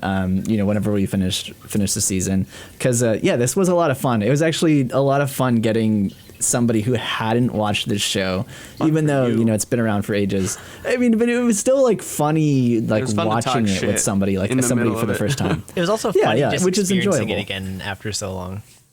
Yeah, absolutely. So yeah, please join us, for any of the listeners, for anybody who's on our Twitch as well. So please join us on the Discord, and we can watch some older shows, because it's always fun, like watching it with other people and watching it with other people who've never seen it before. So yeah, it's always good times. With that, let's just move into some really quick other shows that we're watching. Higurashi is always a show that we want to kind of talk about, because it's so crazy. And last week we had like all these theories about what was gonna happen. I was saying Shion's not real, and then holy shit, She's sorry, there. spoilers. She's there. What the fuck? I see you don't watch the opening and the ending animations very often. I haven't like barely paying attention. Like, I'm just watching it. Like, the music's good, but like, no, I did not realize. My mind was like blown, and I was like, shit, I'm totally wrong. She's leading our main character into sketchy sheds too. So what's gonna happen there with these ritual devices or ritual relics? Oh, or whatever they were talking about. Knock knock, Shion's here. Oh, She got a bento. He got a bento for you. but they kind of reference it in this episode, where Mion's kind of like, wait, no, that was me. So Yeah, and so this is something that I kind of have to go back and watch, like the previous episode and this episode again. But in this episode, I noticed, I was like, the way Shion is talking sounds different. They're definitely they're switching, right? Yeah. They're swapping out, like that's like for sure. Oh, totally. Yeah. And it's like it's kind of obvious, but it's also not. Mm-hmm. And so it's just like keeps you thinking. It's just like, which one is it? Because they do have like very distinct personalities. Obviously they look very similar, but one's kind of got the Ada vibe, the other one's got like the tomboy vibe, and so it's like and they play off of that. And it's like, how aware are they? And if they are switching, are they keeping for the most part how they normally act, or are they also switching their personalities at the same time? And that's what's like got me like freaked out. It's I think it's totally interchangeable. I think for that sure. They keep flipping. It's like they take on this other persona, like the Shion or Mion, and then they still have this like dark side to them, which is like, it's completely throwing me off. And it also doesn't help that Keiichi's like fucking clueless. Like, this guy's And he's useless. calling them He's different things each time. he doesn't even know what the fuck's going on. He doesn't know what year it is. Like, this guy is He's so having clueless. a conversation He's a with space one of cadet. them, and he's calling them both Shion and Mion. Yeah. He's playing like checkers, and everybody else is over there playing backgammon. Like, he ain't even in the right game. He struggles. But I think it's his like naivete, or like his like just like space cadet sort of attitude that like makes the show interesting, because it's like he's playing right into these things, and you're just like, no, don't, but you like also want to know what happens. Absolutely. And then he gets his ass beat by a fucking fat otaku. I'm here to defend your honor. He gets his ass beat. Just like one shot. He's like, that guy beat. He wakes up. Oh yeah, that guy beat my ass. Like, really, he says that. Yeah, that guy just beat my ass. Man, I said this earlier, but it's like I want to watch more, and you can't because there are no more until next week. I gotta know what's in the shed, man. Me too. I really want to know what's in there. It's just like, it's so weird that this photographer, and it seems like these are like outside people, but they just keep reappearing, and it doesn't seem like it's coincidental. It's too convenient that they're always around when like weird ghosts. Shit is happening too. The clinic worker is like totally freaks me out. She's like so like odd and weird and just like manipulative in like what she's saying and things. And it's like she just gives you like this like super sketchy vibe too that I don't like. Yeah. How so though? The way that she talks, so like she's got the kind of Ada vibe going on too, but it's just like the way that she like introduces things and like talks about things is like super like disturbing, right? I forget exactly what she says, but she says something along the lines of like oh no, it's when he's about to Keiichi's like about to go away and like have snacks with, is it Shion at that point? Mion. With Mion, and she says, "Oh yeah, by the way, somebody dies and somebody disappears every year." And she just like straight up like says it, and then everyone's like, "Yeah, that happens." And Keiichi's like, "Wait, what?" He's like, "I'm sorry, what?" Back up. He's like,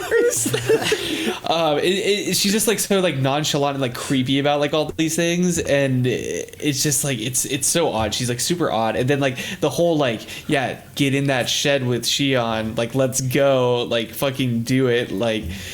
How does like a red, like she's had this conversation where like someone disappears and someone dies, and then all of a sudden they're like in this like isolated forest. How does it not like click in your head like, hey, maybe something bad's gonna happen if I go in here? It's that meme like, oh, like hold up.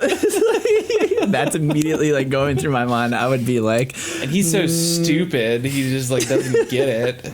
But that's like also like the best part about it. It's like you said, it's like you just know he's just getting strung along, but you're like, I don't know what's happening either, so yeah, go for it. Like just head in there, head first, go dude.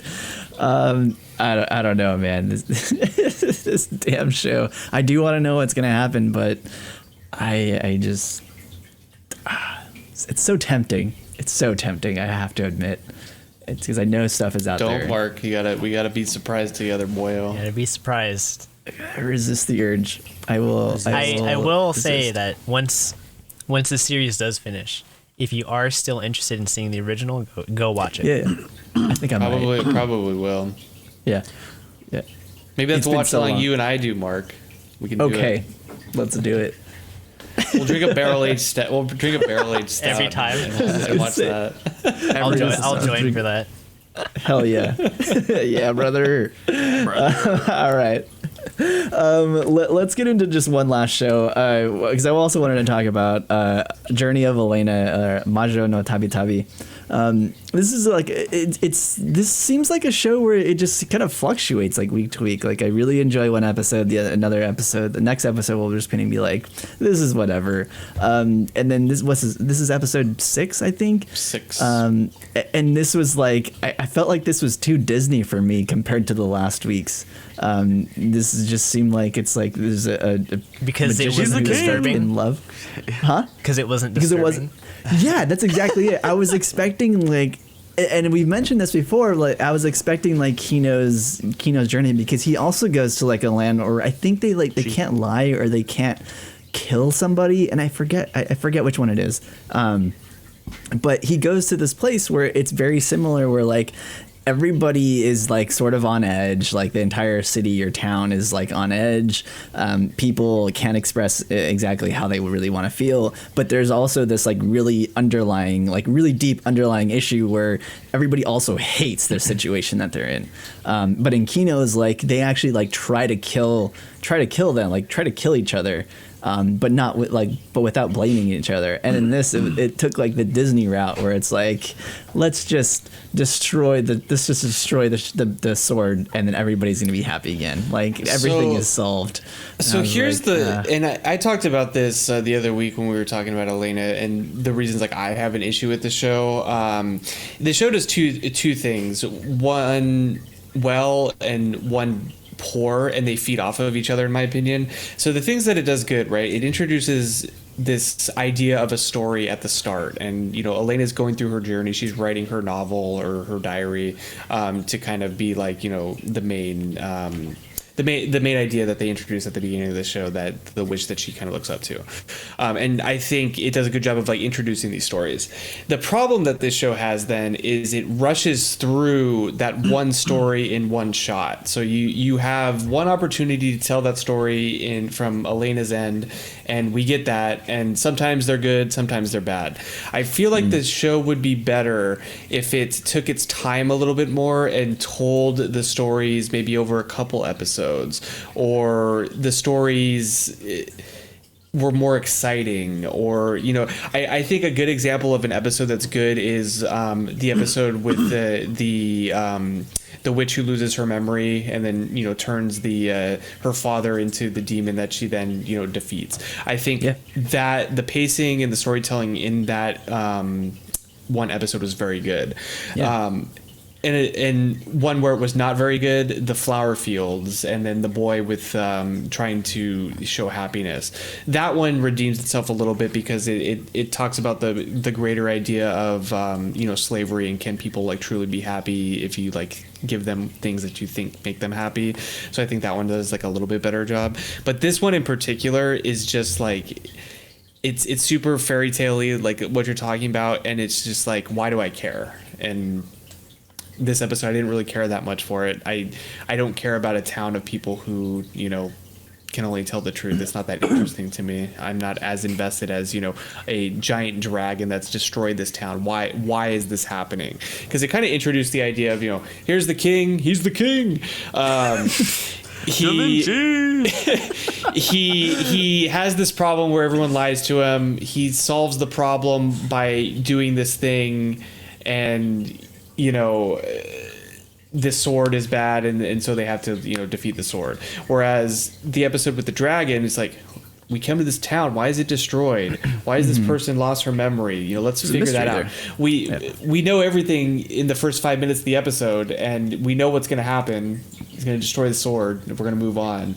So I think it's kind of suffering from a lot of the pacing and like how a lot of these things are being introduced. While I do like how it does introduce like a fairy tale story, it's just like this one in particular didn't do it for me. I don't know if you guys agree or not. Right. I'm gonna play a devil's advocate. So I think that you guys are coming into this with too many preconceptions, and you're putting it on a pedestal that it doesn't deserve to be put on. That's just my opinion from hearing what you guys have said on previous episodes, in this episode in particular. So I think at least comparing it to Kino's Journey is a good thing, but comparing it to a similar story from Kino's Journey and then expecting it to do the same thing isn't exactly giving the show. I was expecting more mystery is what I would say. Not as much as like the dark side of it. I was expecting more like mystery as to like what exactly was going on. Not just like this sort of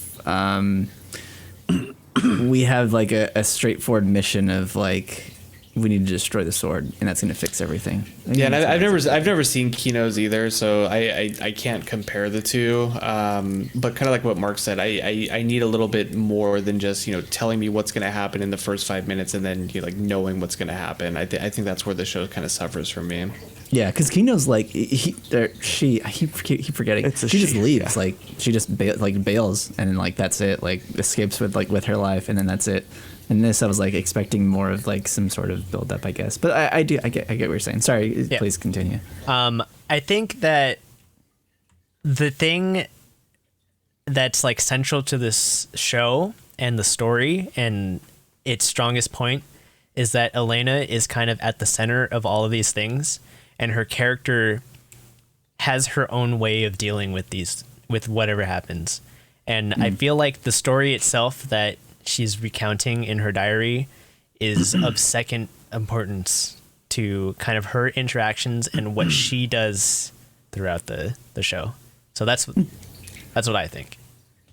I think I'm on the same page as you. I think the last time we talked about it, I disagreed, and I kind of like the route that they're taking with the show, because I'm trying to see it through the lens of someone who's kind of on their own journey and writing things in their journal. She's going to write things down in the lens that she sees it, the way she sees it, and the way she deals with it, kind of like Rolando just said. And in this situation, that's how she dealt with it. And for me, it's been super immersive because it's as if it's reading somebody's journal along their travel and not someone who's trying to like write a novel. And so it being called The Journey of Elena, and then having some stories that are like crazy, and she wrote a really detailed, journal entry, and some she's just like, I went to this place and we broke a sword and it fixed the town. Very farcical, but and it's like, oh, okay, cool. You believe it because that's how she would act in that situation. Yeah, like you would go there and she's like, okay, well, I have the power, let's fix it. All right, it's fixed. Bye. I'm leaving. I'm not going to be here for a month.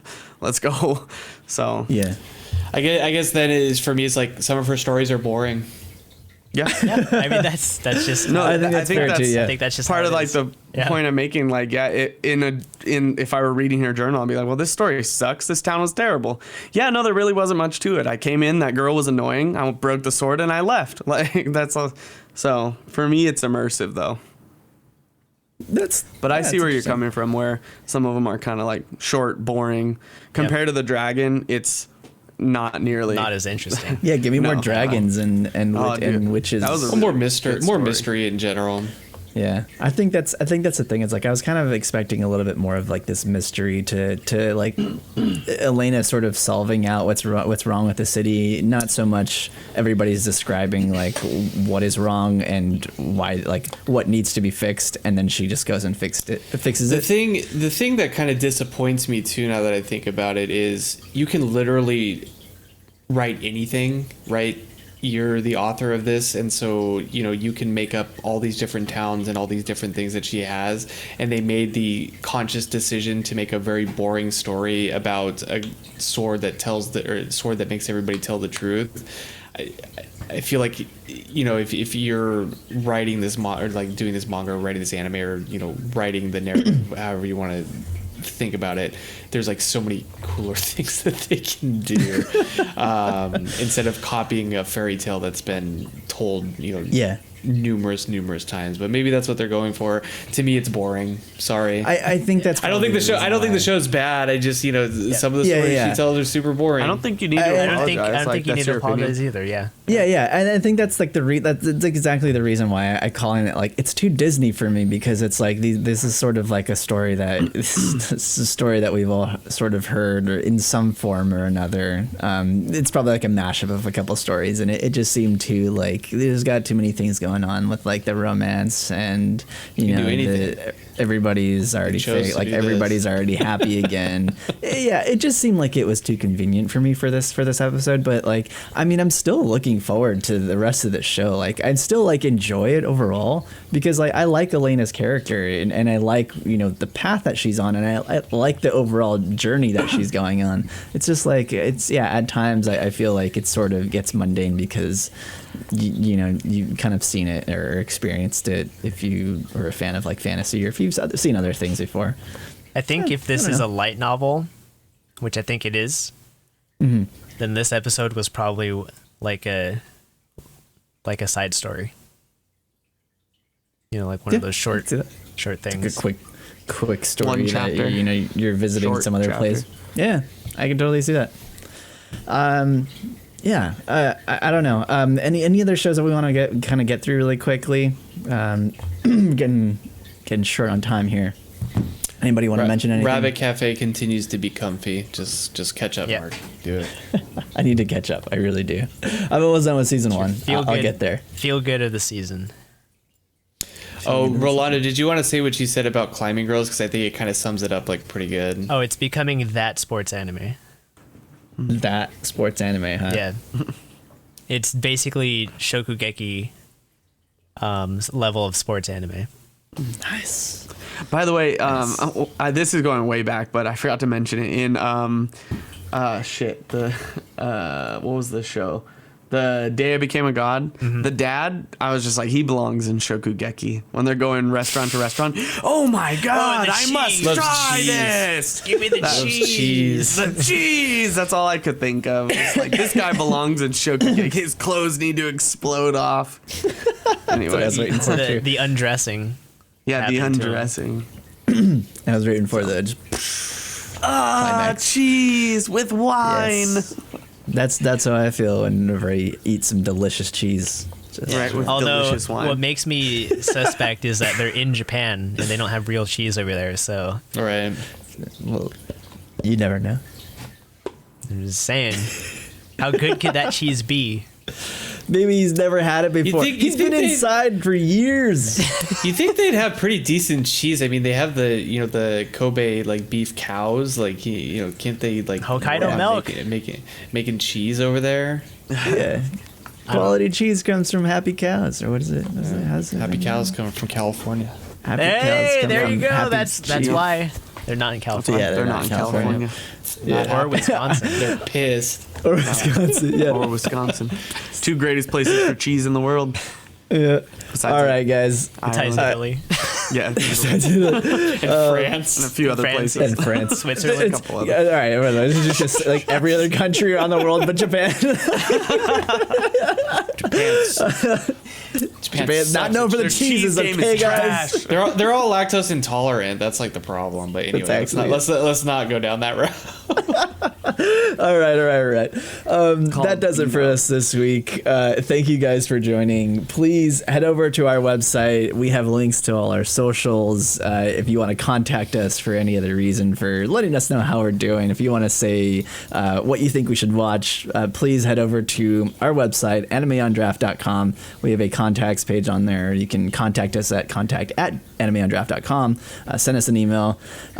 We would love to hear from you guys. You can join our Discord, like I've said multiple times in this episode. We have links on our Twitter, on our Twitch, is what I meant to say, and on our website. Join us on our Discord. We're going to be rewatching a couple of other shows throughout the week, and you can also be notified whenever we do go live on our Twitch page. And you can be notified when we have new episodes out if you're an audio only listener. And for our other social media, you can follow us at our Twitter at Anime on Draft, or on Instagram in Anime on Draft Podcast, where we're posting pictures of the beers. You can see what we're drinking, what the beers look like, and what we're watching as well. And you can listen to any of our previous episodes on any podcasting service of your choice. You can also watch our videos, our VODs, on YouTube or Twitch. Take your pick. And yeah, if you feel so inclined, please leave us a rating or leave us a lovely comment. We would love to hear from you guys, and leave us any sort of thoughts, whatever you feel. And yeah, that does it for us this week. Thank you guys for joining us. We will be live again next week on twitch.tv/animeondraft next Monday around 7 p.m. Pacific time. So please join us. And yeah, we'll see you again. I mean, listen to you'll hear us again next week. Yeah, you'll jump on us next time. Yeah, jump on us next week. Yeah, thank you. Bye bye.